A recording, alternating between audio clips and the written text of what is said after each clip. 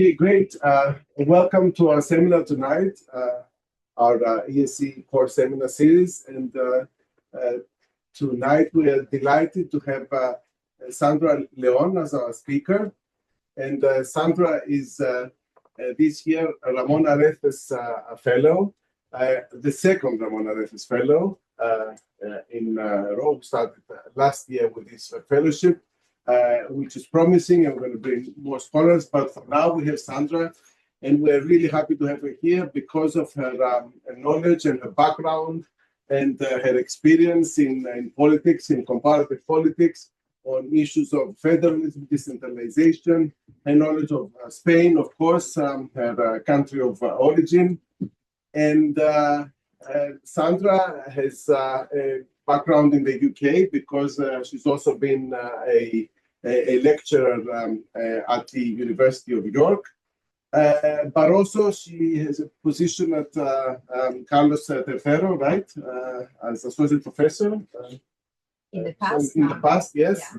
Yeah. And at the same time, she's published in a number of academic journals as well, but she also has a practitioner's experience from CV that I read, in that she's also involved in either the public debates of Spain or in terms of her help to the government as well there. So that's a multitasking, multidimensional personality, but first and foremost, a very, very good and solid scholar. And I think we're going to have a taste of this today, Sandra, to speak about Spanish politics in the last 10 years, what has changed, how polarized they are, and so on and so forth. So over to you, Sandra. We're eager to hear your views. Okay. Well, good evening to everyone. Thank you very much for being here. Thank you, Othon, for the invitation and for your kind words. So when Othon invited me to present something, I thought that more than a paper, maybe what I could do was to present an overview of what has been going on in Spain over the last 10 years, because it's going to be soon 10 years that the system, the political party system, changed very significantly in Spain. So I thought maybe it's a good excuse to think about what has happened so far and whether, these changes are changing the way the system operates and to what extent what has happened is something that could be reversible. So basically, what I'm going to present today is what the change has been. I'm going to talk about how the system changed, what were the drivers of those changes, why it matters that we have a more polarized society in terms of effect, in terms of public opinion on different policies, and why it matters for accountability, why it matters for cooperation. And the final part of my presentation will be, is it reversible? Can we go back to the system we had more than 10 years ago? And most importantly, is democracy in danger in Spain due to these changes? So just as a snapshot of some of the things that have happened over the last 10 years, because this has been a very turbulent period in Spain, say that we can trace back the origins of this period a bit earlier than a decade ago. This is a picture of the abdication of King Juan Carlos I. That was in 2014. That was a bit earlier than a decade ago. And that was followed by two very important events, which were connected to the emergence of the change in the party system and the emergence of two new parties. One was Podemos. They made their most significant, at the beginning, they basically made a very good result in European elections. Then that was followed by an important result in elections in December 2015. And another party that also made a very important result in the elections in December 2015, which is the political party Ciudadanos. Those two political parties that emerged in the national arena in 2015 basically put an end to a two-party system. That had been the party system in Spain, where two political parties, PP, the Socialist Party, Social Democratic Party, and the Conservative Party, Partido Popular, had been concentrated the majority of electoral support. And actually, Spain, together with Malta, in 2008, these were the two countries in 2008 with the most stable party system, meaning that the parties that had made it in the transition, in the initial period, were still very important to understand public support. But that changed radically, as I said, in 2015. Then in 2017, I'm just giving you a snapshot of some of the things that have happened over the last 10 years. There was an independence referendum in Catalonia. That referendum was declared illegal by the Constitutional Court. After the referendum, the government in Catalonia declared unilaterally independence, and that was followed by the activation of a constitutional article by the central government that basically allows the central government to take over regional powers, to suspend regional self-rule. And that's what they did in autumn 2017, and basically to dismiss, to remove the government in Catalonia and call for a new election there that took place in December 2017.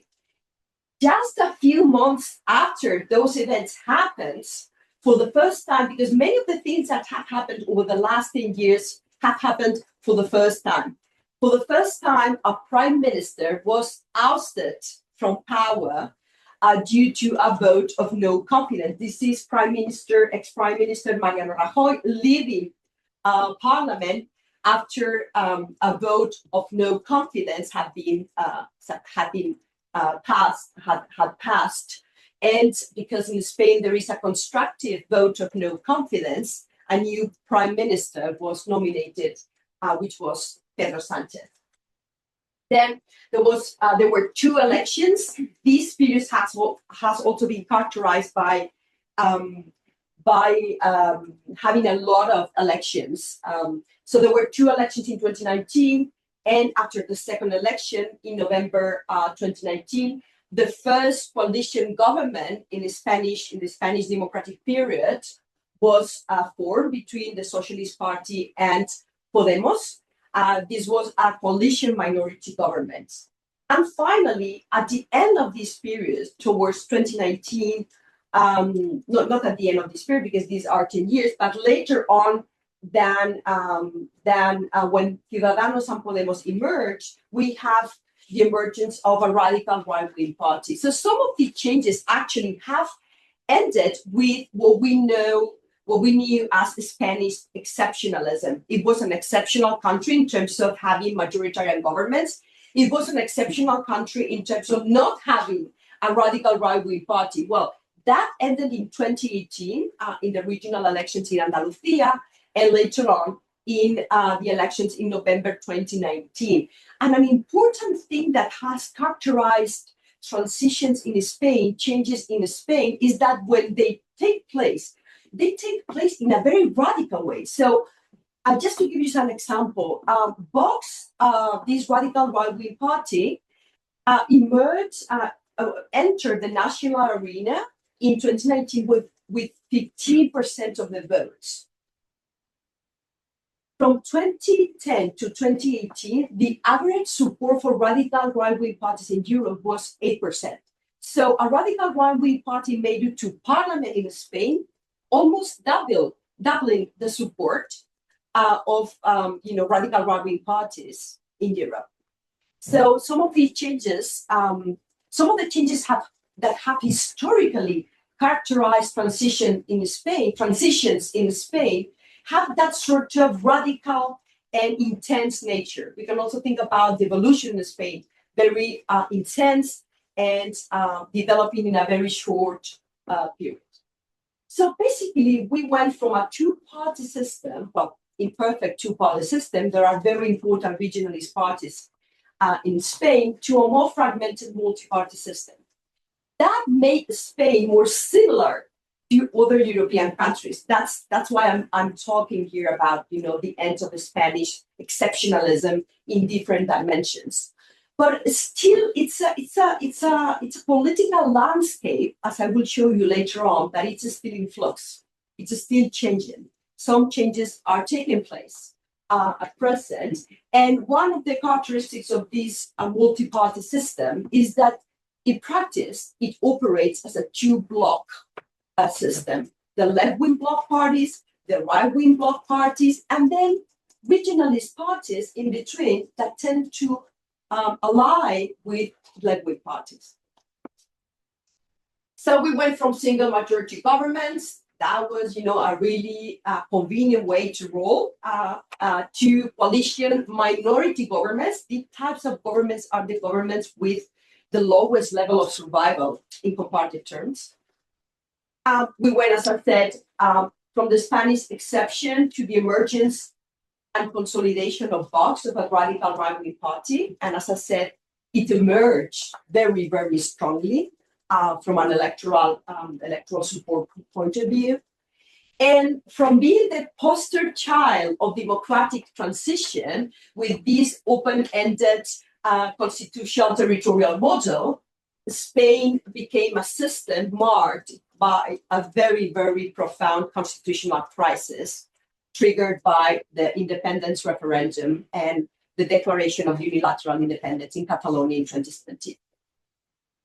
So here you can see, how the political party system changed over time. You can see here that electoral and parliamentary fragmentation increased right after 2015. So what was the driver? What were the drivers of those changes? As you can see, the system was pretty stable. I mentioned before that Spain, together with Malta, was the country with the most stable party system.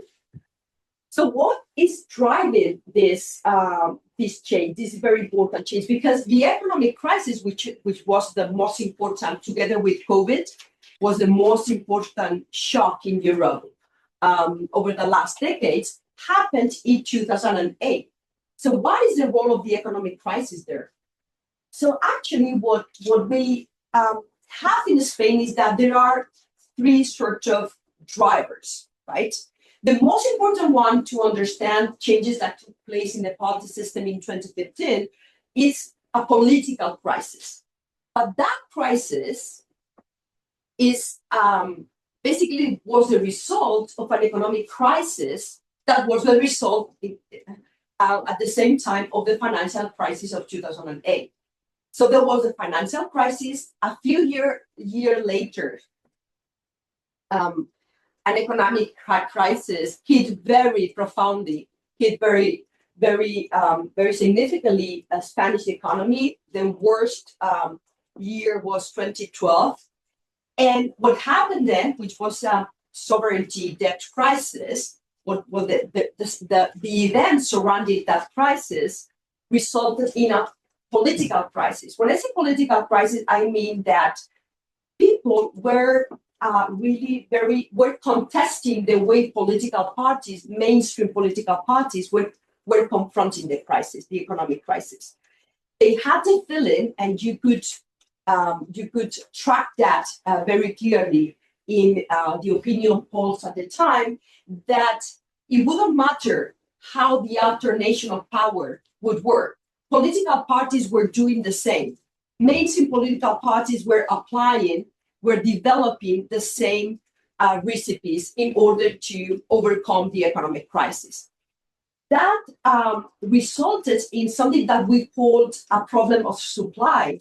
So people were not happy with the existing parties, and we could track that very clearly in the opinion polls, because there was a very important increase in the number of people that wouldn't declare a preferred political party.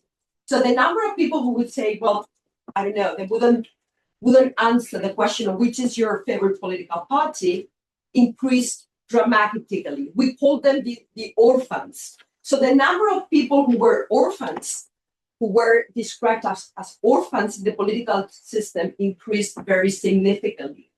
And that problem of supply in the party system was basically overcome with the emergence of these two new parties, Podemos and Ciudadanos.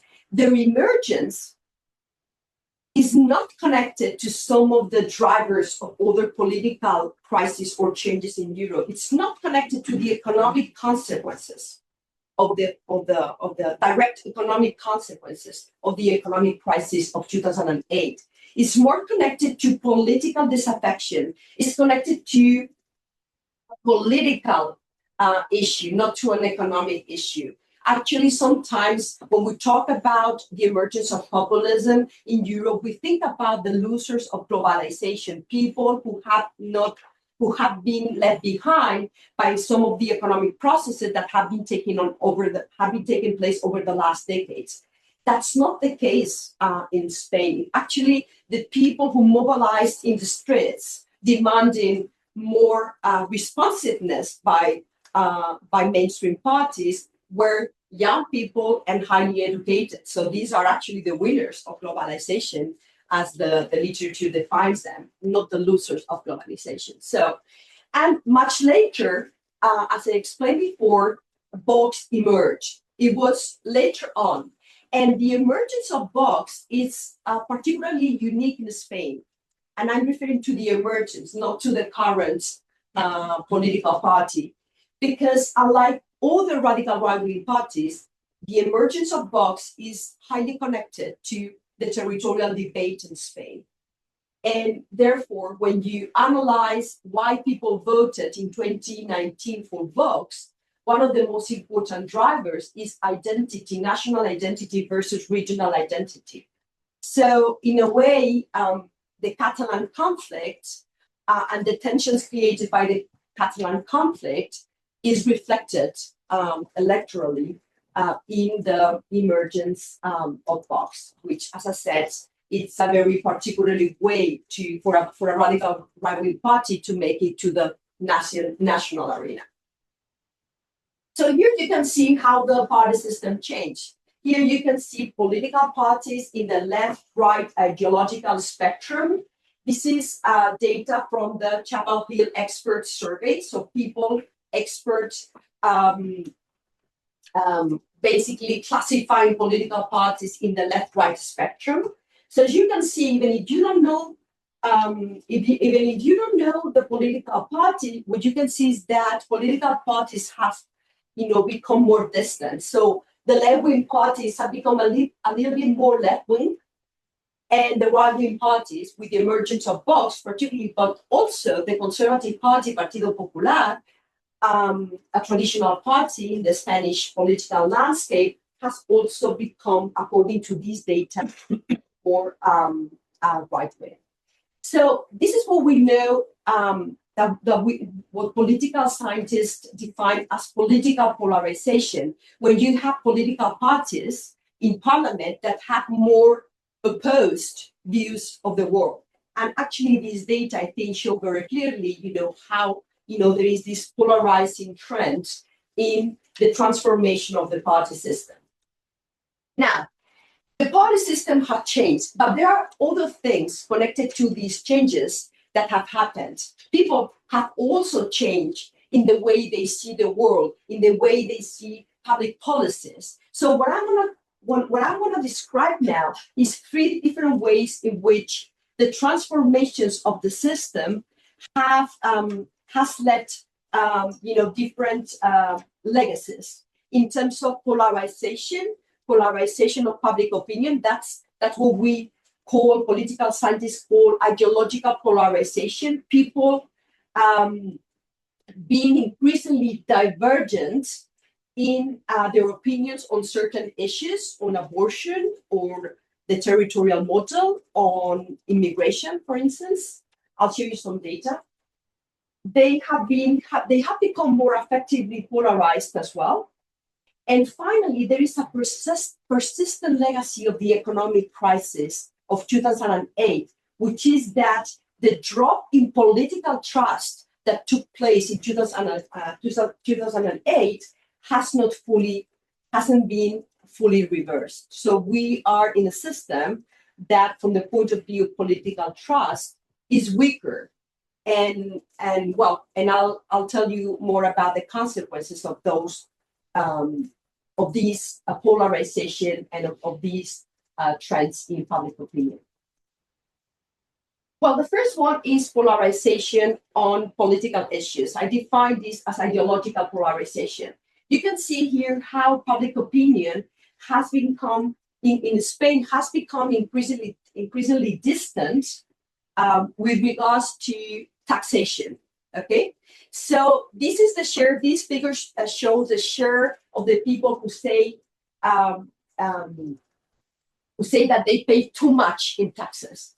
So for a long period, attitudes in Spain regarding taxation and regarding more generally the welfare state were pretty similar. There were not many differences between PP voters, conservative voters, and social democratic voters. And that was something particular of the Spanish system.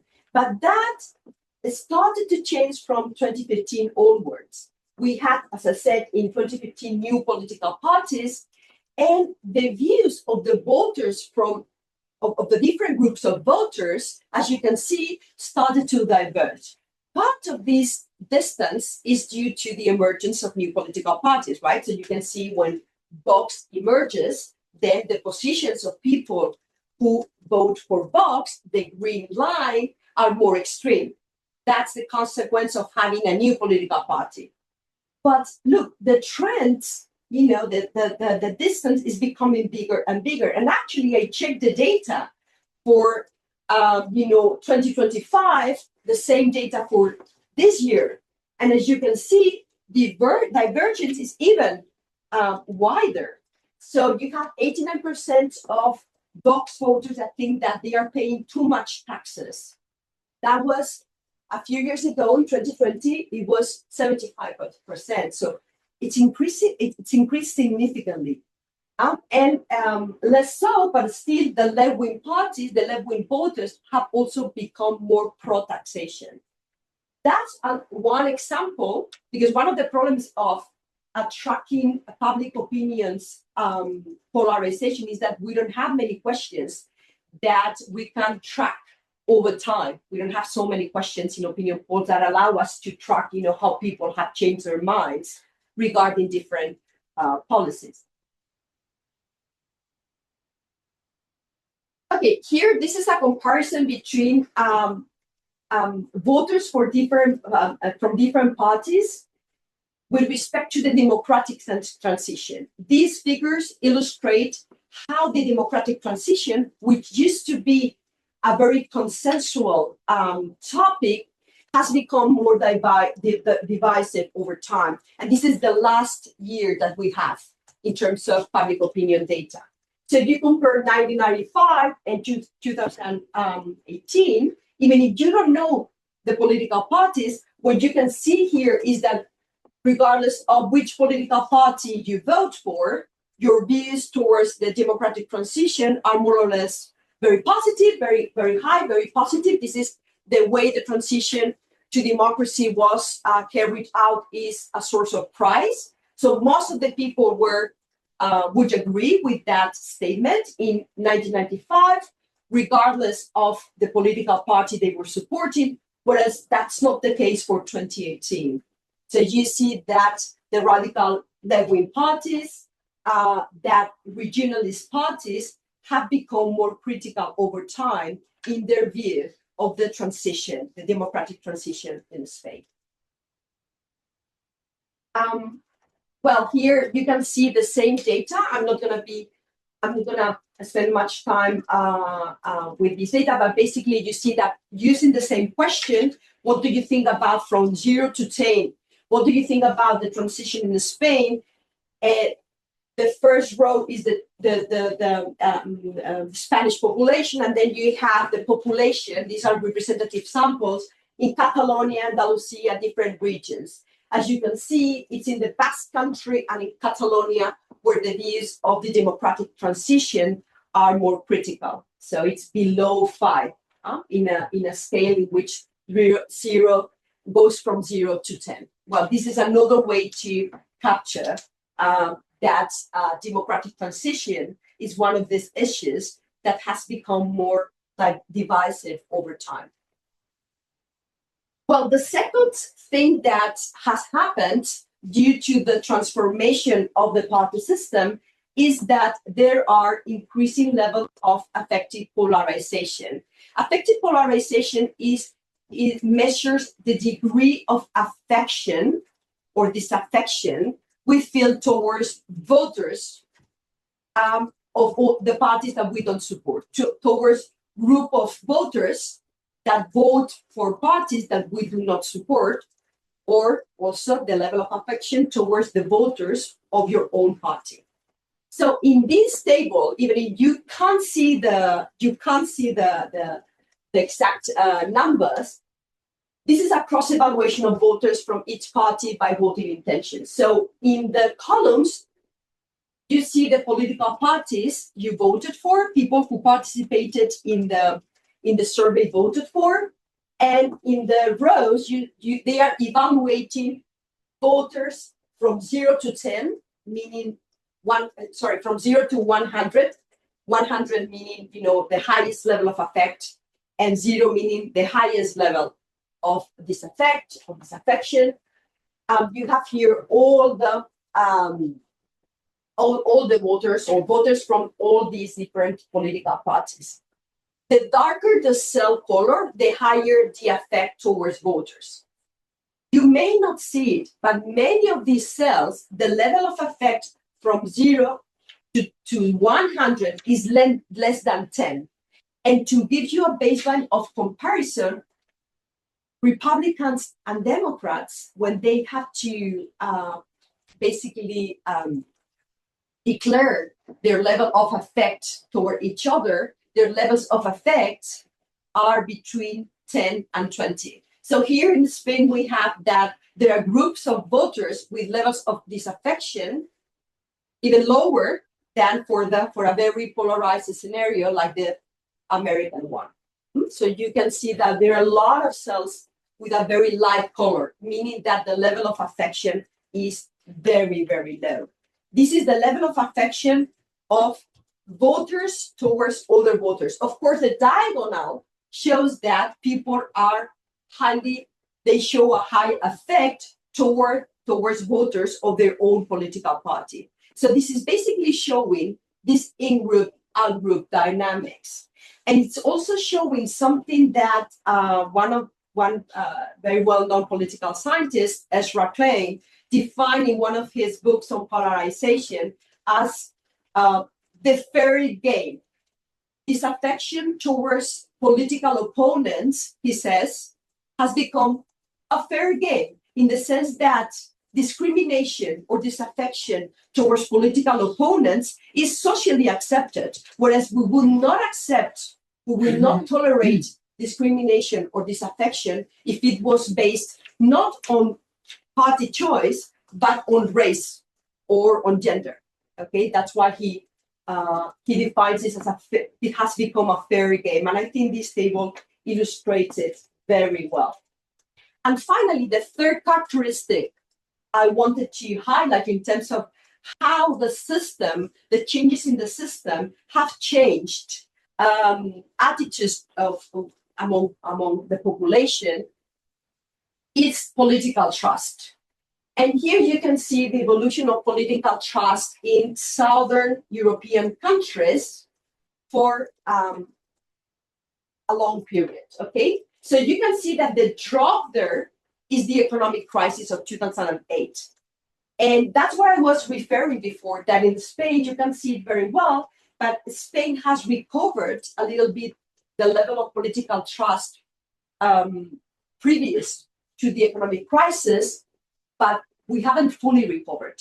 So we are basically operating in a system, the system operates with weaker political trust. And that happens in Spain and it happens in all the Southern European countries as well. So if you think about Nordic countries, they show very stable and high levels of political support. If you think about Western countries like the Netherlands, Germany, Austria, Luxembourg, they show in between but higher levels of support. And in the Southern countries, what we find is more volatile levels of political support and support to political actors that has not quite recovered the levels of political trust previous to the economic crisis. And here, this is data from a survey we conducted after the floods in Valencia last year. And we asked people about the level of trust towards different political actors, towards different actors, including politicians. So you can see here from the highest level of trust to the lowest level of trust. You can see volunteers, the military, the state security forces and corps, experts, NGOs, the Spanish royal house, and then all the political actors, which, as you can see, are at the bottom of the table because they are the ones that exhibit the lowest levels of trust. And then I'll tell you more about this very, very shortly. So now, why does it matter? So I have described how the system has changed. I've given you some data on how the population, public attitudes have changed. And now the question is why it matters. Why does it matter? Well, does it make the system function in a different way? And that's actually one of the most important questions that political scientists have been trying to answer over the last year. So I want to show you three slides with part of my research on why polarization matters. And I've talked about polarization, a polarizing trend in Spanish society. So I'm going to tell you why it matters. It might matter, first of all, for cooperation. So we conducted an experiment a few months ago in which we wanted to know whether polarization could be affecting people's willingness to cooperate with other citizens, with other fellow citizens. So we basically recruited some people and we asked them, real people, in Spain, but also in Brazil and in the US, and we asked them to write a text. One was a political text and the other one was a salad recipe, okay? Later on, we fielded a survey and we asked people in the survey if they wanted to collaborate with these other people we had been working with before in doing a very simple task. The task was to basically turn into capital letters the text that the first participants had prepared. Why did we want to do that? Because we wanted to capture that whether polarization and partisanship would matter for people, for people's willingness to cooperate with another person, even in a very simple task, which was just, turning a text from, changing a text to capital letters. Okay. So you can see here the effect of collaborating, how collaboration drops when the person who is participating in the survey has to collaborate with a person who votes for a political party they dislike the most. So you can see how cooperation drops, and it's a little bit higher than for the control group for those who had to collaborate with a co-partisan. Well, interestingly, people were not only less willing to collaborate, but if they were doing the task, if they were actually changing the text into capital letters, the task was poorly done. The number of mistakes was higher as well when it came to collaborate with a person that was voting for the political party they most disliked. So this is, of course, an experiment with, I'm not going to go into details about the problems of conducting experiments, but the idea is trying to capture, trying to measure whether polarization might matter in what we call social distance, right? If people willingness to interact with other people in their everyday activities, if those activities in simple tasks, in this collaboration that might be very might characterize our civic behavior, if that can be affected by polarization, by our partisan feeling. The second thing why in my matter, why polarization in the system might matter is because it might affect accountability. So what does it mean? It means that we do know political scientists have explored how citizens, when they have to interpret policy outcomes, they are highly biased by their partisan lenses. Okay, and polarization, we think that polarization might basically make those lenses thicker, and that might affect accountability. That might make accountability weaker. I'll give you an example.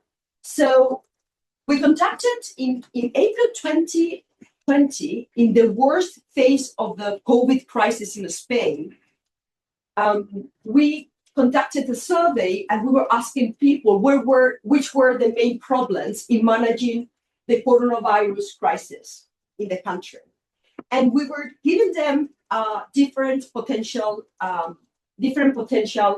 they could identify different problems, where some of them were related to regional governments, some of them were related to the central government, and some of them were neutral. They wouldn't identify, a level of government responsible for the management of the crisis. As you can see, if you check how people responded, their political affiliation was very important in identifying the most important responsible for the management of the crisis, because they were identifying the responsible for a problem.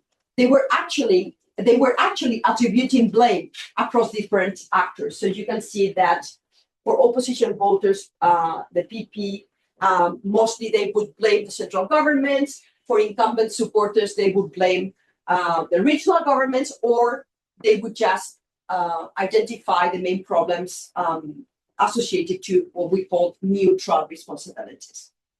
Well, this is an example that this is operating in how people see the world. We all see the world through our partisan lenses, and polarization might make us more blind to policy outcomes, and therefore that might affect accountability.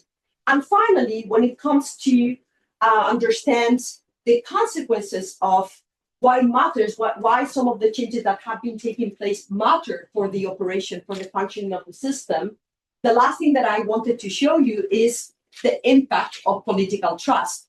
I said before that political trust is very low in Spain, and we haven't quite recovered the levels of trust previous to the 2008 financial crisis.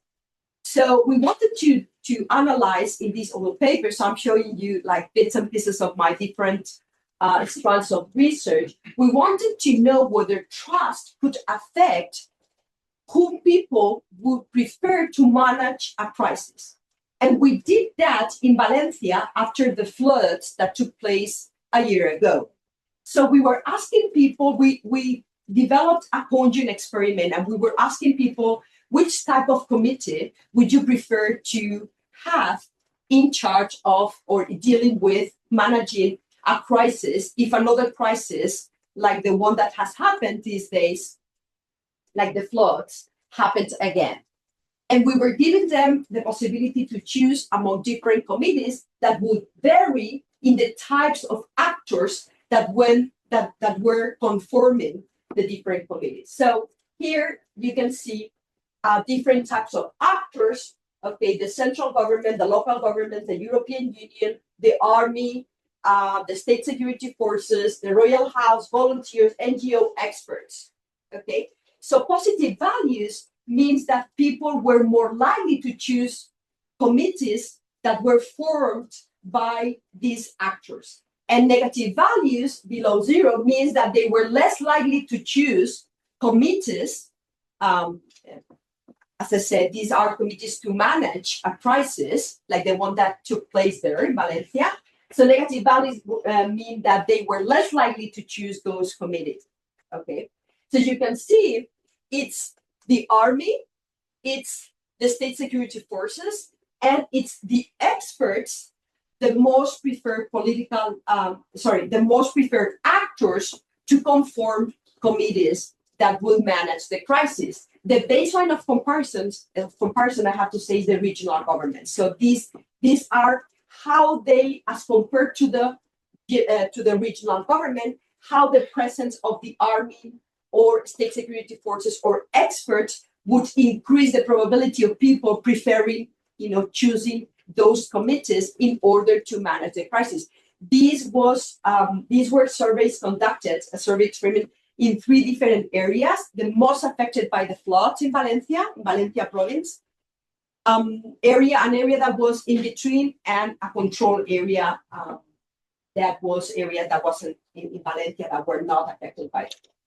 Okay, so far, I'm reaching the end of my presentation. So far, what I've done is trying to convince you that some of the changes that have been taken place over the last decade and changes in public opinion might matter for how the system functions in terms of accountability, in terms of how we manage, how do people, or whom do people prefer to manage a crisis, and in terms of day-to-day cooperation among citizens. Now, the last part of my presentation is, well, can this change over time? Can we go back to the previous situation? Can bipartisanship return? Well, I don't think so. Not likely. It's not likely because both the left and right-wing electoral spaces, as I mentioned at the very beginning of my presentation, are becoming increasingly fragmented. So these are, for instance, very recent data. You can see Partido Popular, you can see the Socialist Party, you can see how Vox is increasing. That's from the last general election. You can see a new political party towards the right to Vox, so a more extreme radical right-wing party. Salve, se acabó la fiesta. The party is over. You can see the split between Podemos and Sumar, so splits within the left-wing spectrum. So the system is still in flux, as I said at the very beginning. Can we return? So can bipartisanship return? I don't think so. Can polarization decrease? Not likely. First, because almost 1 in every 3 young people support Vox. You can see it here. So these are vote choice, okay, among vote choice. The first row is population in total, and then by age groups. You can see that Vox is the most popular party among people between 18 and 24 years old. And then the mainstream, the traditional political parties, the Socialist Party, the red one, and the blue one, the Conservative Party, are more popular among the eldest group. And we go back, please. A second reason why I don't think polarization is gonna decrease is that there are new topics in the agenda, like climate change. Climate change, and well, not climate change, environmental issues in Spain used to be a very consensual topic. People were very supportive. There were no major differences between different groups of voters. But when the topic of climate change that is connected to environmentalism, although it's a different topic, has been increasingly taking over the political agenda over the last, I would say, over the last 3 years, very, very recently. But it's done it in a very divisive way. So basically, the topic has become part of the divisions of what I say, the cultural divisions or the cultural debates in Spain. So you can see, if you can show the data, please. These are data. We have conducted a panel in Spain on climate change issues, and you can see the support concern over climate change across different groups of voters. Even if you don't see the political parties, you can see that the distance, again, is becoming wider. This is Vox, which is the political party, the green one, with the lowest levels of concern on climate change. And even though this survey took place over 2 years, so it's a very short period, you can see that the topic is becoming more and more divisive between the radical right and and in some, not in this question, but in other questions, the Pepe voters, conservative voters, are also becoming more radical in their view of climate change. Can we go back, please? So, the third reason why I don't think that polarization in Spain is going to decrease is because all the tensions over secessionism have eased. The conflict with Catalonia, it's been appeased over the last, I would say, year, 2 years. Spanish public opinion is increasingly divided on the territorial issue. So we can see the data here. So these are preferences over the territorial model over a long period, okay? We don't have so many data points at the very end because the question that measures territorial preferences basically was not included in many of the traditional public opinion surveys. But you can see that over the last 5 years, a little bit more, the last data point is 2024, was last year. You can see that the number of people, the gray line is people who prefer to leave the system, the territorial model as it is, okay? So people who prefer to leave the territorial model as it is has radically decreased. And the two poles, there are two poles regarding what are the preferred changes, the pole that prefers more decentralization and the pole that prefers more centralization have increased over the last years, as you can see in the changes that have taken place in support for more centralization and more decentralization. This is important because I didn't mention it in my presentation, but the territorial conflict, the territorial division, what we political scientists call the center-periphery cleavage, is very important, is the second most important cleavage in order to understand political competition in Spain. And so the last, my last reflection, my last thoughts are related to democracy, right? Because that's a debate in Europe. To what extent these changes, so I've talked about the way in which accountability might be affected, people's preferences for or distrust for politicians might affect how we manage crisis, etc., etc. But now the question is, well, and all these changes, can they affect democracy? Well, I think that a way to put it would be, well, democracy in Spain endures, as in many other countries in Europe, but it struggles. We can say it the other way around. We can say, well, democracies struggle, but they endure, right? So which is the, it's half empty or half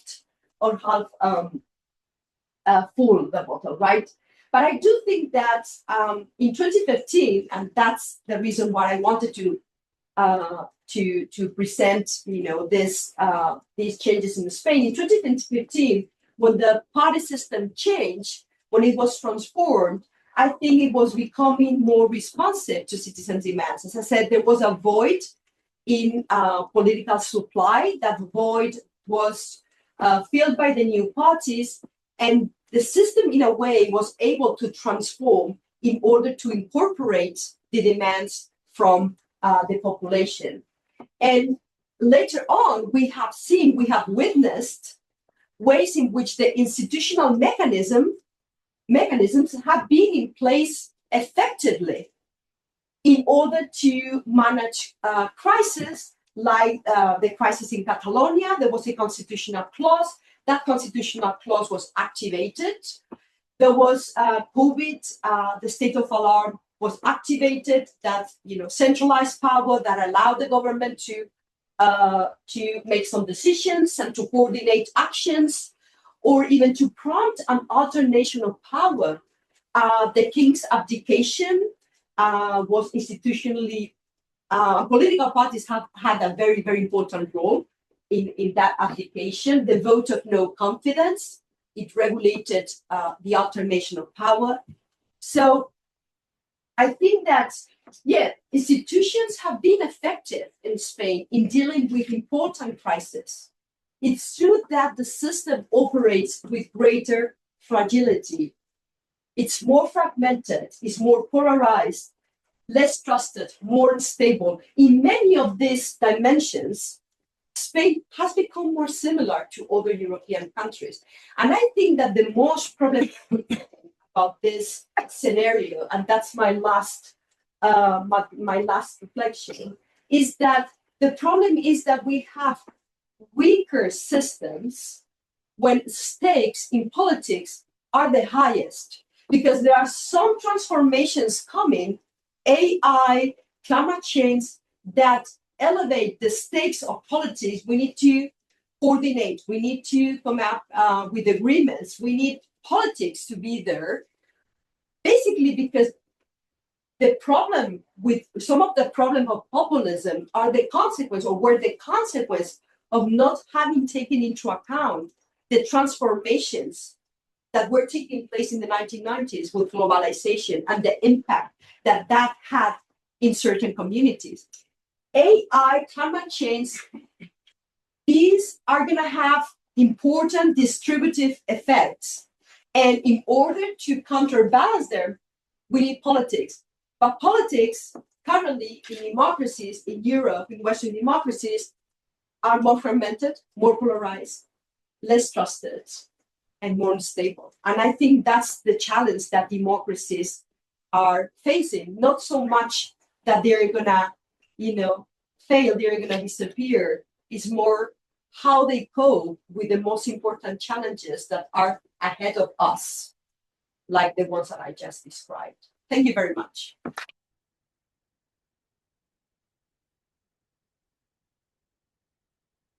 Thank you very much, Sandra. This has been terrific because you've given us so much information about Spanish politics over the last 10 years, including top-down and bottom-up, using your own kind of research data. We did learn a lot, and it was really, really Sorry. Okay, there's another glance here. So we learned a lot today, and I would like to use the power of the chair while people are thinking. I'm sure there are going to be lots of questions because you touched many issues. But if I can ask you two more specific questions from this big array of issues that you touched upon. The first one has to do with far-right mainstream. And I was wondering, while you spoke about how popular Vox is becoming with voters, especially younger voters, how much do you think the ideology of Vox in Spanish politics is spreading, infiltrating into other parties as well, on issues of migration, environment, probably? That's my one question. And the second one is about, I made them two because I saw that you didn't have a paper and a pen. So I decided to give you two questions, and not five, that I had initially drafted in here. We have a pen and a paper. Sorry. It's okay. Also for the questions that will come. Yeah. So the first one is far-right mainstreaming. And the second one is because you spoke about institutions and resilience of institutions, and you mostly spoke about trust in institutions, citizens' trust. And I was wondering, how do we measure the resilience of institutions in Spain? Are we to believe the trust figures that you're giving them, the perceptions that, for instance, tell us that the army is a much more resilient institution, or others that are more popular? Or how can we understand, because you did speak in the end of the resilience of institutions as well, and that they do work. But does this go in parallel with how people perceive them as well? Thank you very much. Shall I respond or collect all of the questions? I think respond and then Okay. get some. So I'll start with Don't respond extensively because we want I'll read. Okay, so let me just be more specific. So in Spain, there are very low levels of trust. And it's in other democracies, particularly southern democracies, what we find is that there is low trust towards politicians. But what we know as implementing institutions, like, the army, bureaucrats, police, these are more highly regarded. And actually, that's what we find in the analysis, because there was this motto during the floods in Valencia that was only the people save the people, right? And we were a bit scared when, we saw that motto had become very popular. We thought, well, to what extent people are just abandoning, institutional actors, both political and non-political, and resorting towards more informal networks or external actors. And that was one of the questions that made us analyze trust during that crisis in Valencia. And what we found, and I think that's important, is that implementing institutions are still well regarded in Spain. Okay, so there is like a sort of, I would say, protection of the system, because this trust does not penetrate, lower in the sort of hierarchy of institutional actors or societal actors. If you think about that as a hierarchy, having society or societal actors, the institutions and the politicians, we do see that there is a lot of distrust of politicians, but we don't see that penetrating towards lower levels. About Vox, well, you asked about mainstreaming. Well, we do see that attitudes are changing in certain topics, topics that used to be like immigration, for instance. Immigration, Spain was a country characterized in comparative terms by having very positive views on immigration in general. And that is changing over time. Okay? And that, I think, has to do with the role of Vox and you call it the mainstreaming, and the fact that there are some positions that have become more normalized. There is a very interesting study that shows how, for instance, in the territorial topic, in the territorial issue, the entry of Vox made right-wing voters be more willing to disclose more radical views on the territorial issue. Meaning that once you have radical actors in the political arena, one of the effects of that is that you normalize their discourse. And you can see that in how people are less reluctant to express their views that in the past could be, considered less socially acceptable. And now you see that they are more willing to disclose more radical views. And that is an example with the territorial movement. So I'm assuming against decentralization, right? In favor of more centralization. Yeah, more radical in favor of centralization. And you see a very interesting effect after the election of having Vox in the institutions in parliament. Okay, Hans. Yes. Can you identify yourself? Okay, yeah, Jonathan Luxmore, journalist. Thank you very much for your wonderful presentation. Very, very convincing.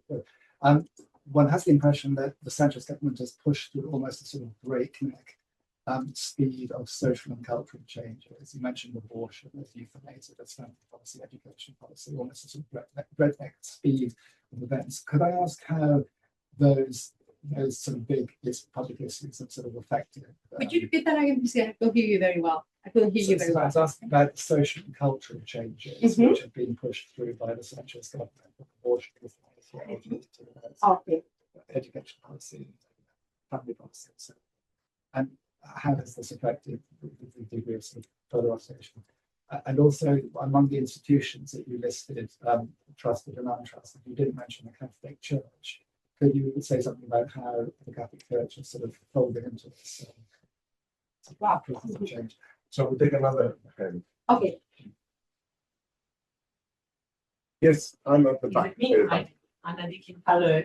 Thank you, Sandra. I think it was amazing for someone who's not a political scientist to hear this. I think I have two questions. One is about how much this development that you see in Spain are connected with everything that is going on in Europe and worldwide. Some sort of constructivist, approach between the national party system in Spain and what is going on. If I think about Vox, as someone that comes from Italy, with a really different history of the party system, but with some similarities when it comes to right-wing parties, it seems to me that there is also this issue of transnational coalitions of right-wing parties that do popularize specific topics, and I was wondering whether you could say something more on this. And the other question I had was more about, I think it's really clear, for me at least from your lecture, because I do not know much, well, no, sorry, let me reformulate. My question is, because you speak about democracies and this issue of the trust of people within the party system and the institutions, and I'm wondering whether there is, and here another similarity with the Italian case, whether this is still related to the late, transition for Spain into democracy since the Franco regime and the end of the regime, right? Whether this is something that people value. Because if I think about the Italian case, although it is polarized, there is still, at least for the center left and the left, some sort of support of institutional parties and institutions in general because of the resistance and Italian history. So I was wondering whether you see that as something that matters in the surveys you conducted. And thank you so much, because it was really brilliant. Thank you. Shall I? Yes, please. Okay, so thank you very much for your question, Jonathan. So I'll start from the end. Okay, so if you look at the Eurobarometer data, you see that before 2008, Spanish levels of political trust in Spain were not low. Were okay. They were, in comparative terms, they were not particularly low. So it's not that, it's true that there are other characteristics of what is known as Spanish political culture, like disaffection, for instance, that forms part of what is known as the most important features of political attitudes among the Spanish population. But in terms of political trust, the drop is very intense. That's what I mentioned before, the emergence of Vox, the drop in trust. Some of the changes that take place in Spain are characteristic because they are very intense. So from being a country with relatively middle levels of political trust, it dropped very dramatically, more than in other Southern European countries. And the same happened with the increase in Vox. That from not having a radical right-wing party to having one of the, a political party with high levels of support. So I don't think that it's true that in terms of disaffection, for instance, civic engagement, Spain has very low levels of association at this. So people do not tend to participate in associations, okay, as compared to other countries in Europe. And some people connect that to, the experience with the Francoist periods, etc. But when it comes to trust, that I don't think that can possibly be an explanation because of the trends that we see over time. And then regarding patterns of similarities and differences, I think the best thing to do is to connect what is going on in Spain, at least after the economic crisis, with southern countries, because it's a southern, or let me put it in this way, countries that were bailed out. Countries that were bailed out experienced the same political crisis, experienced the same sort of contestation. They share public opinion in those countries share the same levels of disaffection, of criticism towards mainstream parties, etc. So that part of, in these 10 years, that part of 15 years, in that initial period, Spain is connected particularly to the southern experience, or to the experience of countries that had a sovereignty debt problem. And then as for the radical right, that's different. Okay, it came later on. And in that sense, the emergence of Vox, as I said, is very unique because the trigger was not connected with the cultural cleavage. In Spain, actually, the figure that I showed you before with the political parties aligned in the right-wing spectrum, the left-right spectrum, if you overlap that with the cultural cleavage, with when we think about immigration, multiculturalism, etc., if you overlap it, it's basically the same. So we don't have, in that sense, Spain is different to other countries in which there are left-wing political parties with more sort of less, more critical of immigration or more parochial or more nativist in their economic views, etc. So, a long story short, my point is that I would align what has happened in Spain with the southern trends on the one hand, and with respect to the emergence of a radical right-wing party, I would connect it to what is going on in Europe, but not when it emerged, but later on. Now you can see party manifesto, Vox party manifesto, and identify the same sort of issues and criticism and positions than any other radical right-wing party in Europe. Although at the very beginning they were a bit hesitant on what their economic position was. They were a bit at the beginning. They were more similar to the radical right in France, but then they opted more for a more sort of hyper-liberal model with this. You see the role of taxation in that sort of discourse. So yeah, so that would be my more nuanced sort of connection with what is going on in Europe. And Jonathan, you asked about the social agenda of the for instance, of the left-wing government, the Spanish government. Actually, these are the issues, and we were talking about this before.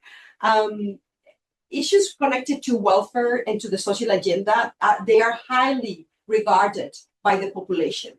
So if you check opinion polls, things like the increase of the minimum salary that took place a few years ago was very popular. The things that prompt people to be more critical on the government are not connected so much to the social agenda, are connected more to the territorial issue, and is connected to which are the political parties that have been given support to the government, regionalist, nationalist, by nationalism meaning regionalist or secessionist parties, and more particularly with the way in which they have dealt with the conflict with Catalonia, in Catalonia. But if you check public opinion data regarding social issues, it's very favorable. And in general, the left is regarded in Spain as more capable than the Conservative Party to deal with social issues related to inequalities, gender issues, etc. Redistribution. The left is, more positively evaluated to manage those issues, social issues, than the Conservative Party. Sorry, the Catholic Church. Oh, yeah, the Catholic Church. I have no answer to. So the role of the Catholic Church, I don't know. I should think about that. To be honest, I don't know how to respond to that.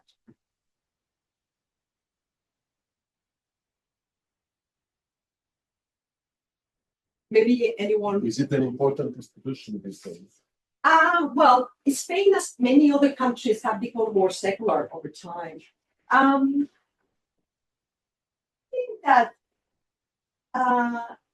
among the radical right, there has been a religious connection, and there is a religious connection there through the immigrant issue and the thing that, we protect culture, and as long as we protect national culture, the component of religion in our national culture, and you can also see that in some leaders within the Partido Popular, the Conservative Party, that are very good in competing, in having a highly competitive sort of stance against the radical right, like in Madrid, for instance, the regional prime minister in Madrid, she has also adopted a discourse in which the religious components has been present, but it's connected to the immigration issue and to the idea that of us versus them. And in that sense, it's a very populist sort of frame, because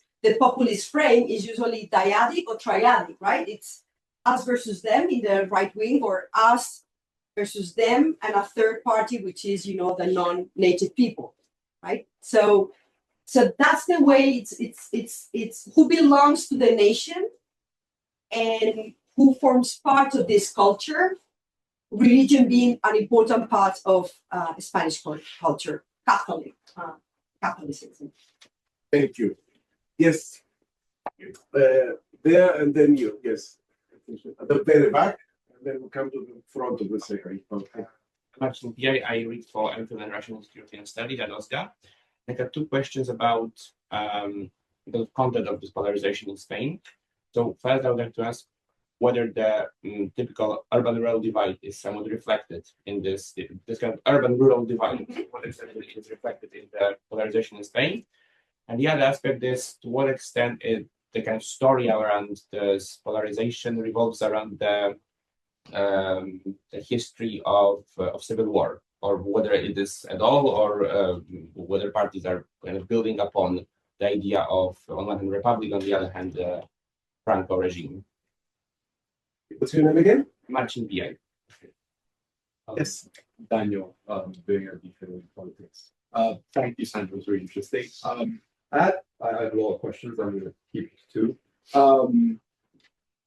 I guess one of the things you mentioned was that Ciudadanos and Podemos appeared. One of the things you did mention, they disappeared. And I want to know that how much you think is the disappearance, especially of Ciudadanos, is due to this polarization. As in, like, one would argue that in a polarized system, or in a polarized political system, there is no space for someone in the middle, like Ciudadanos supposed to was trying to be. But one could also argue that in a fragmented political system, like the Spanish one, or an increasing fragmented political system, there is definitely a space for Ciudadanos. And I guess it's a difficult methodological question to answer what happened to them, what happened to the party, and it's probably linked to the leadership, but I just want to know your thoughts regarding like public opinion in this. And I'll keep it. That's a great question. And yes, I didn't mention, what has happened. I haven't talked about the fate of those political parties that emerged in 2015. I think with respect to Ciudadanos, I think there are two types of answers. The first one is strategical, and the second one is organizational. I think they were not good in defining their strategy. So in April 2019, they could have formed a coalition government, or support the government of the Socialist Party. They were in great position, and they didn't want to. And I think strategically that was a mistake, because they were having a role there. They thought that they could. At that point, they thought they could overcome Partido Popular support, that they could become the most important party in the right-wing spectrum, and basically by doing that, they renounced to play this in-between role. That even though you're right, it's a polarizing context because of the fragmentation, they could have been taking advantage of those deputies in Parliament. Right? And they basically decided not to have that in-between role. They could have played a role both with the Socialist Party and with the Conservative Party, and bridge the two blocks, right? And they decided not to do it. So I think that was strategically a mistake, because later on, Vox was that was a period in which Vox made it to the National Parliament in autumn 2019, and then in a way, the right-wing spectrum became too crowded for three political parties. The second reason is organizational. I think that in Spain, it's difficult and that's an advantage for mainstream parties, is that you need to to expand territorially, to have the capacity to compete in all the territories, have an organization, is not easy. So Podemos, for instance, the strategy of Podemos was to align with local parties that already existed. That created different sorts of problems, a different type of problem, right? Because of course the cohesiveness of the party is weaker, is lower. But for Ciudadanos, they expanded very rapidly, in part thanks to the state of the Partido Popular at the time. And then it was difficult for them to sustain, I think organizationally, it's very difficult for a political party from the point of view of financing and structure to survive. So I think that's an advantage for mainstream political parties. And that's, I think, another reason why they were not able to survive. And then, yes, the urban-rural divide, it's an important one. It's becoming very important, also in Spain, I think. Actually, that's interesting because there have been attempts for some small political parties to grow out of that urban-rural divide. So we had that political party in Teruel in one of the most depopulated areas, provinces in Spain. And we have seen attempts here and there in Soria as well, initiatives to try to basically take advantage of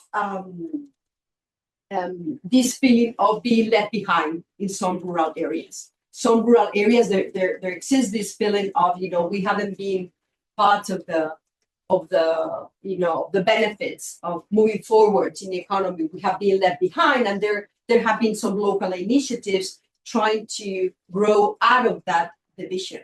The problem is that the electoral system in Spain is very difficult for small parties unless your support is very, very concentrated.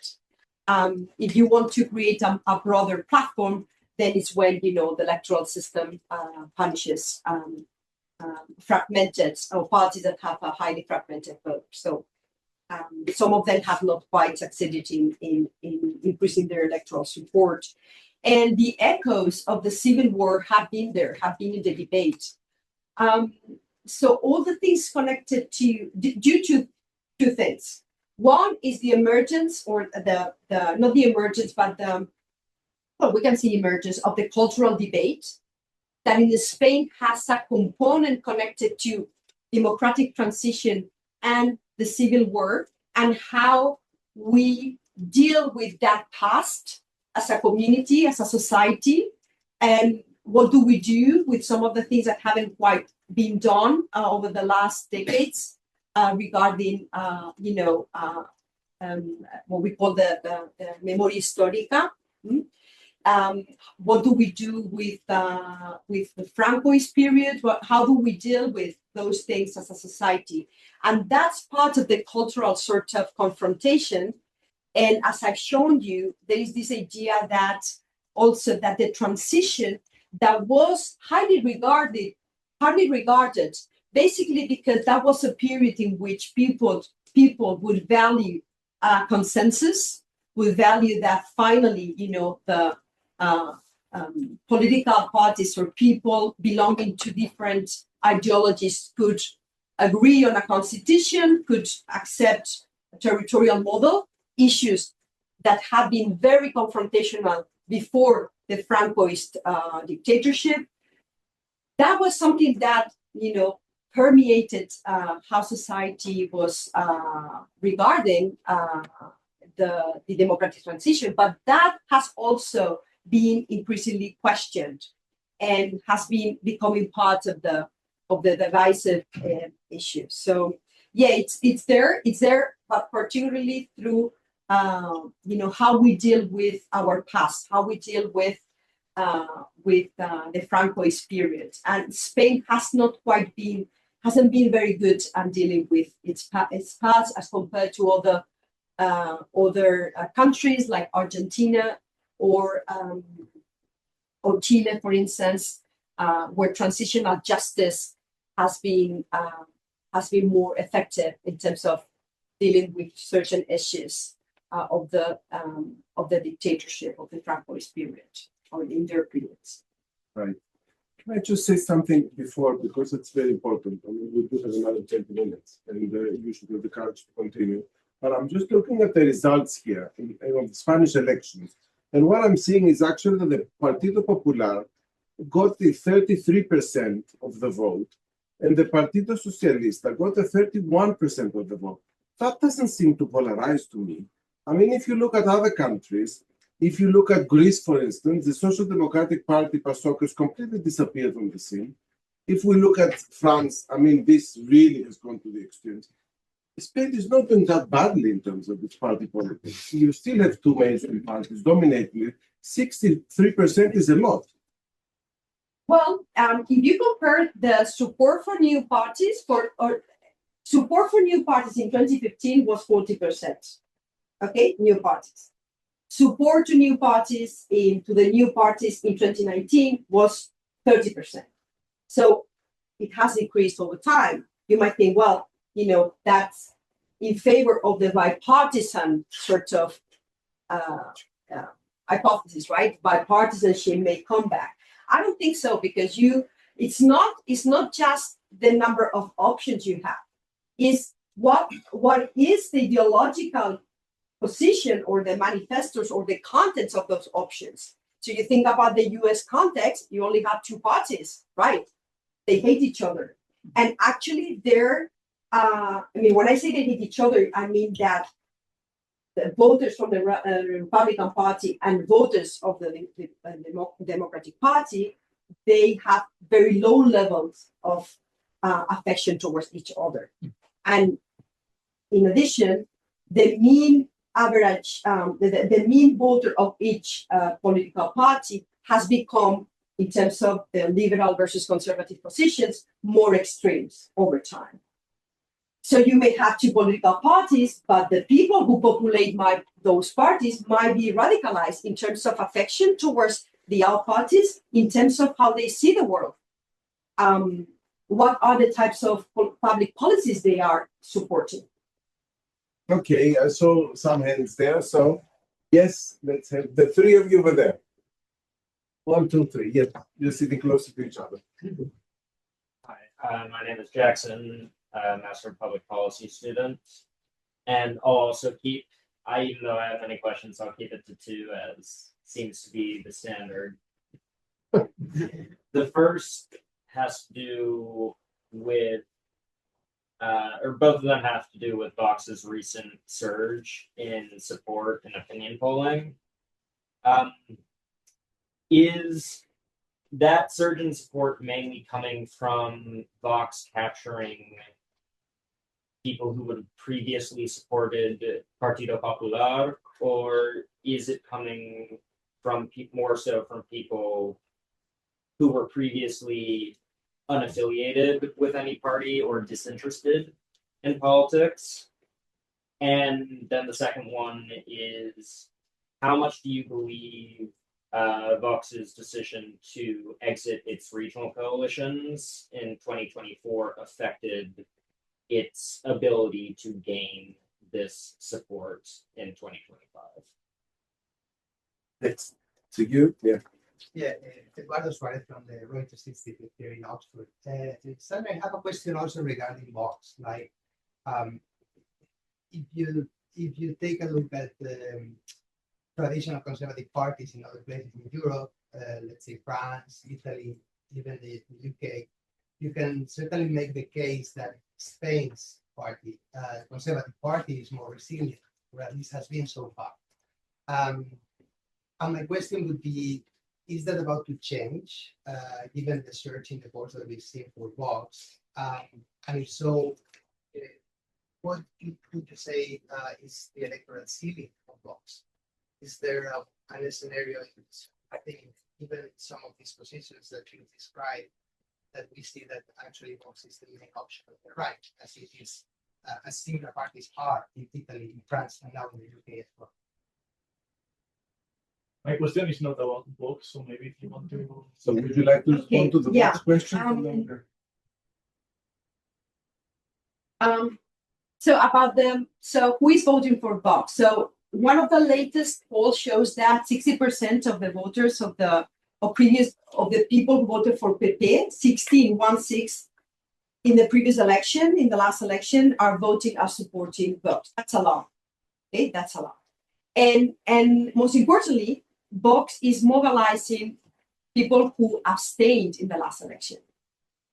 So, which I haven't looked at the data. So, are these people? But people who do abstain usually have a specific profile, less interested in politics. They tend to participate less, etc. So, yeah, I think that's the most interesting thing about who is populating support to Vox, right? And then the regional coalition. So for people, some people may not know that in 2024, Vox, who have been supporting in 5 regional governments, was forming a coalition government with the Conservative Party, Partido Popular, decided to leave the governments. And in one region, in Islas Baleares, in Balearic Island, they were supporting a parliament, they were supporting the government, but not in the form of a coalition. I think that's good for Vox. That's good for Vox because they basically avoid the tensions that come with compromise.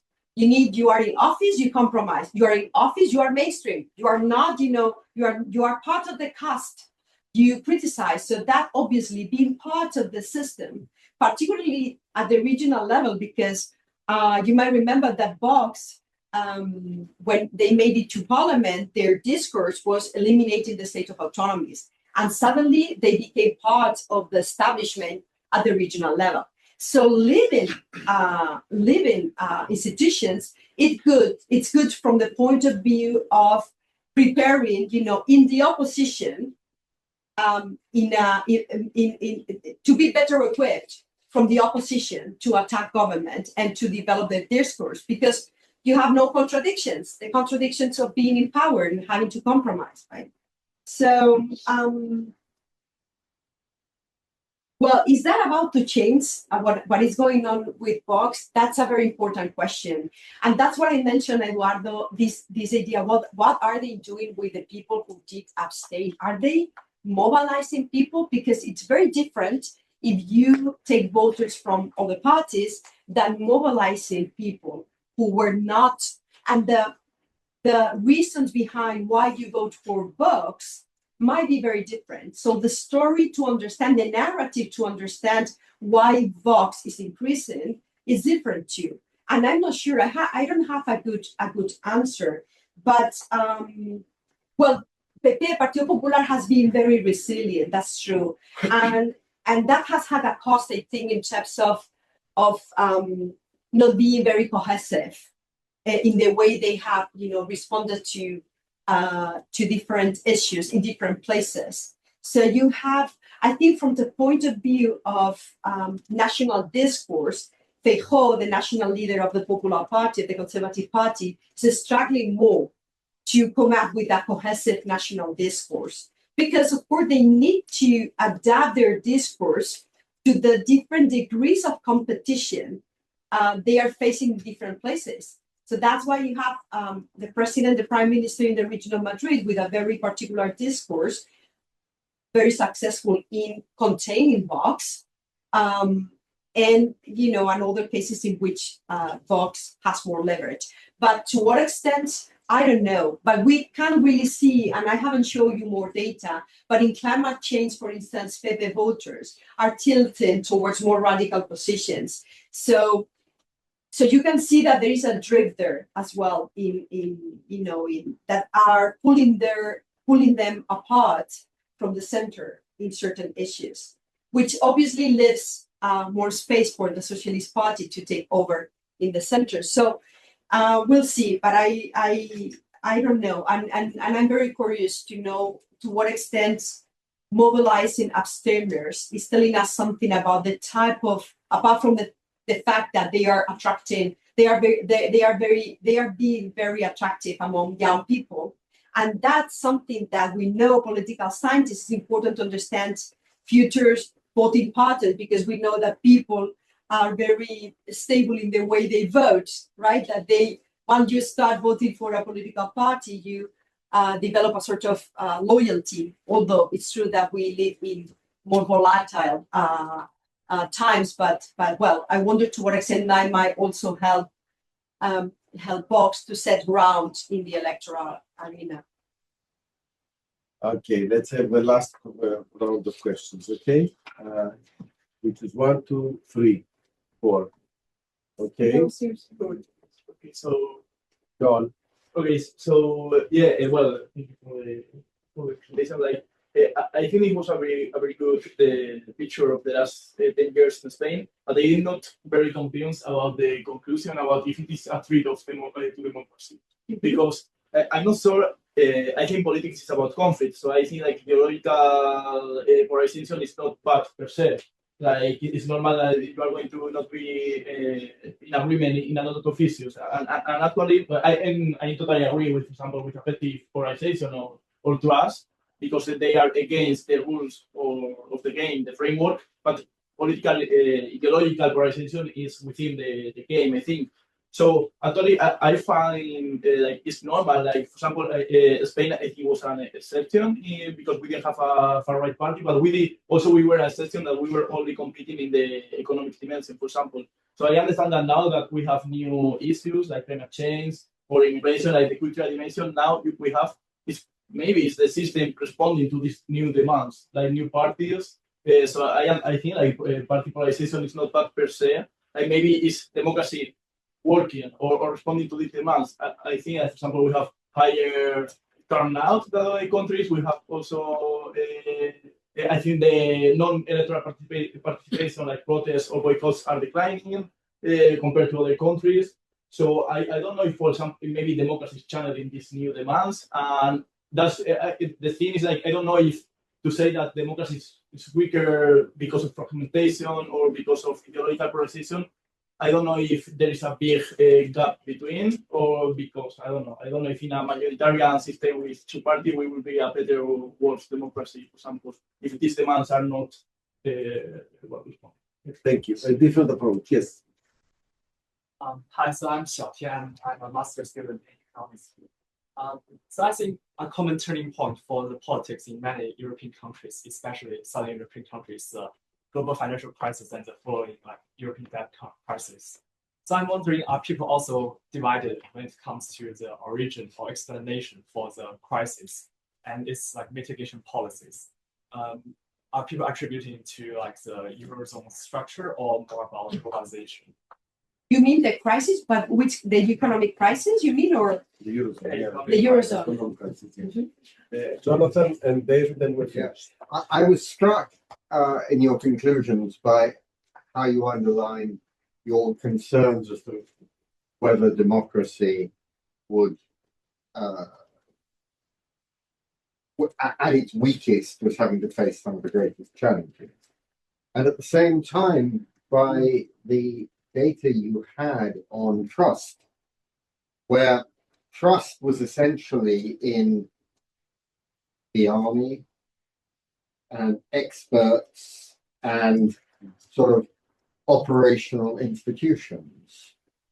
And I'm just wondering whether that might be interpreted by some as favoring a reversion to some form of autocracy.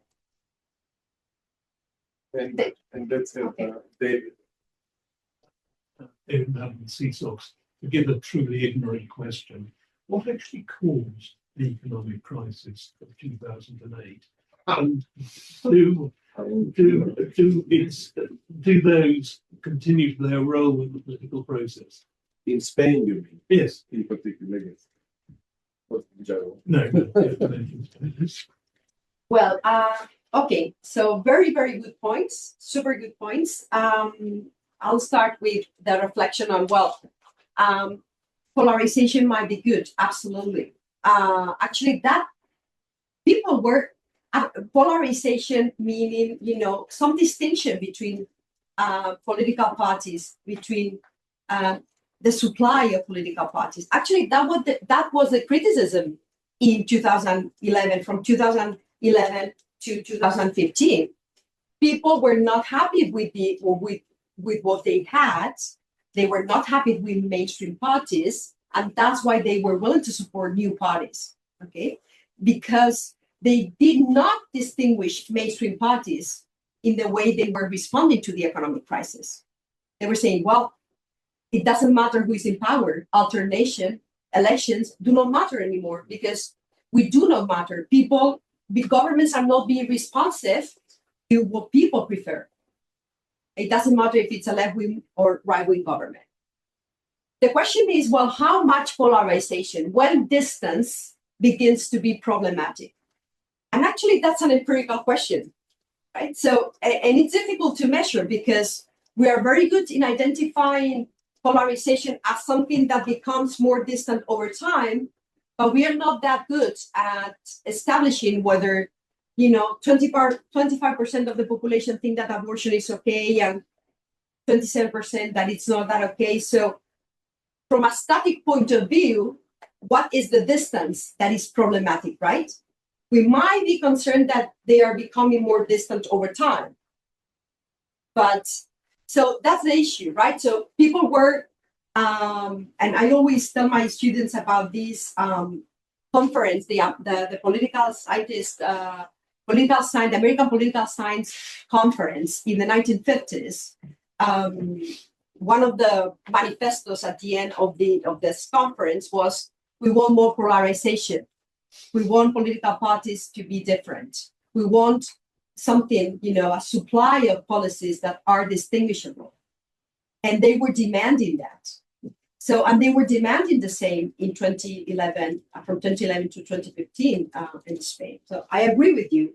And so are there new issues that could, and I agree with you that when we talk about populism, there have been some scholars saying, well, let's differentiate between parties that have been named populist and they are anti-system parties, and political parties that want a different system, that want different policies, that want to change the neoliberal sort of consensus around economic policies, for instance, right? So there has been a strand in the literature basically emphasizing that there are some things, good things about some of the political parties that emerged in the political arena and that were called populists without distinguishing, among these new political parties. And it's also important to distinguish between the functioning of the system. And when I was referring to the threat of democracy, what I wanted to convey is that there is not a threat to democracy if we think about that as people preferring an authoritarian government. That's not what people want, and there is no any signal that that's happening whatsoever. But I'm concerned about how the system is functioning, and I want to emphasize that it's weaker. It's weaker because governing has become more difficult. It's more difficult because you have more fragmentation. It's more difficult to survive in power. It's more difficult to come up with agreements with other political forces if they are more distant to you. So everything has become more difficult, more costly from the point of view of what it takes to approve new laws, etc.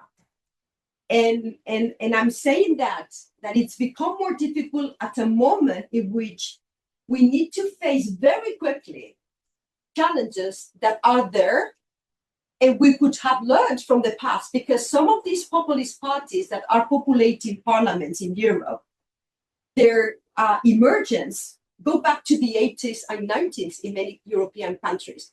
And that has to do with some of the consequences of the economic changes that were taking place due to, new technologies, changes in communications, transformations of the labor markets. And there is plenty of research on how populist values developed in different countries, depending on how countries face up to these challenges. Now we need to face up to new challenges, and we need to do it very quickly. because AI is transforming the economy. It's going to transform the economy, and that's not that it's not me saying that, but the experts who know about that at a very fast pace, at a faster pace than previous changes. And we don't have the best political context to face up to those challenges. It's more difficult to stay in power. It's more difficult to have the political capital due to volatility, due to fragmentation. These are all processes taking place in Spain, but taking place elsewhere. And fragmentation and volatility diminish the political capital that governments need in order to face up to those challenges, basically. That's what I'm saying. So I'm not saying that there is, I not see threat in, autocracy. That's not how democracies are changing. These are the challenge of democracy is not autocracy, support to autocracy. It's a weakening. Illiberal democracy? Sorry? Illiberal democracy? Well, illiberal democracy is basically eroding how democracy understood, not only from the point of view of how governments rule, but also from the point of view of independence of the judiciary, the executive, the legislature, the foundational sort of divisions in power, right? So that's another way. So I was more concentrated in the capacity of governments to survive and to rule. But that's certainly another way in which, democracies are being eroded, okay, in a moment, and that's what I wanted to emphasize, in which the stakes are very high. And I think that's all. There was the economic crisis. Question. Yes. Sorry. So you were asking me about the divisions in the connected to the economic crisis in 2008. Yes, and why was the effect so dramatic, as obviously it was in Spain? It was very dramatic in those countries that were bailout. Okay. And those countries that were bailout in the Eurozone, they had to, of course, that those bailouts not were in exchange for anything, right? They had to comply with certain budgetary policies.